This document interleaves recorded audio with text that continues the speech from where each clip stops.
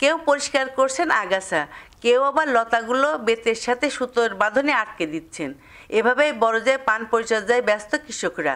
ভোর থেকে শুরু হয় তাদের এই ব্যস্ততা। কুষ্টিয়ার পানের খ্যাতি রয়েছে গোটা দেশেই। এই অঞ্চলের বাংলা, মিঠা, ঝালি, ছাঁচি, করপরি সহ নানা জাতের পান চাষ করা হচ্ছে। প্রতিদিন ভোরে বরজ থেকে চাষিরা পান সংগ্রহ করে সেগুলো স্থানীয় বাজারে বিক্রির জন্য নিয়ে যায়। সেখানে দর কষাকষি করে পানগুলো বিক্রি করা হয়। পরে সেসব পান চলে যায় দেশের নানা প্রান্তে। ফসল উৎপাদনে লেবার ও আনুষঙ্গিক খরচ বাড়লেও লাভের মুখ দেখছেন স্থানীয় পান চাষিরা। বরজে চাষ করছে 50 বছর, আমার বাপ দাদাই থেকে করছি। আর চাষবাসে এখন একটু লস আছে, আগে একটু ভালো হয়তো, এখন একটু লস আছে। মানে খোলের দাম বেশি, লেবারের দাম বেশি, এইসব কাঠকাবারির দাম বেশি।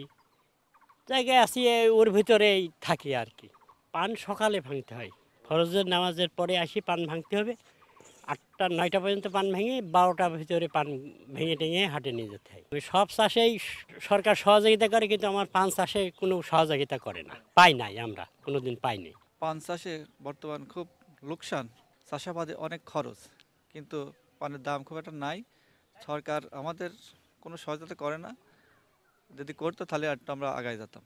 অন্যান্য ফসলের তুলনায় পান চাষ অধিক লাভবান হওয়ায় এই চাষে ঝুঁকছেন চাষিরা। এতে কর্মসংস্থানের সৃষ্টি হয়েছে অসংখ্য নারী পুরুষের।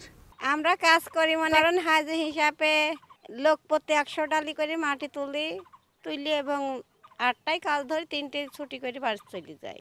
হাজিরা মানে আর সময় যদি ওভার হয়ে যায়, হাজরি মানে ঠিকই নিয়ে কাজ তুলে দিই। কোনো রকম চলে গরিব মানুষের সংসার। আমরা গরিব মানুষ, সেই পানের বরজে কাজ করে আমরা সংসার চালাই, ছেলেপেলে আছে লেখাপড়া। চাহিদা বাড়ায় দেশের গণ্ডি পেরিয়ে এসব পান যাচ্ছে বিদেশে। লন্ডন সহ মধ্যপ্রাচ্যের বেশ কয়েকটি দেশে রপ্তানি করা হয় এই পান, যা থেকে বছরে গড়ে প্রায় 35 কোটি টাকা আয় হচ্ছে। পানের বৃহত্তম বাজার কুষ্টিয়ার লক্ষ্মীপুর। এখানে কুষ্টিয়া জেলার বাদেও আশপাশের কয়েকটি জেলা থেকে পান কিনতে আসে পাইকার ও খুচরা ব্যবসায়ীরা। 8:30 থেকে পান আসে, 9টা থেকে কেনা বেচা হয়। পান মনে করেন এখান থেকে রংপুর, ঢাকা, চিটাগাং, সিলেট বিভিন্ন ডিস্ট্রিক্টে যায় আর কি। এখানে কয়েক কোটি টাকার পান কেনা হয় আর কি। এখানে পান কিনতেছি মনে করেন 120 টাকা, ঠিক আছে। আবার মোকামে যাও বিক্রি হচ্ছে 120 টাকা। এবার 120 টাকা পান বিক্রি হলে 12 টাকা আড়তদারি শতকরা, ঠিক আছে। তো মনে করেন খরচের টাকা সব লস হচ্ছে।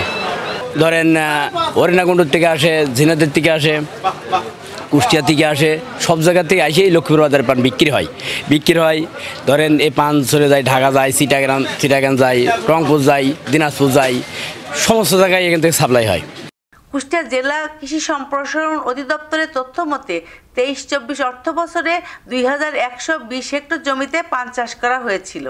অধিদপ্তরে আসা 2025-26 অর্থ বছরে এই চাষ আরও সম্প্রসারিত হবে।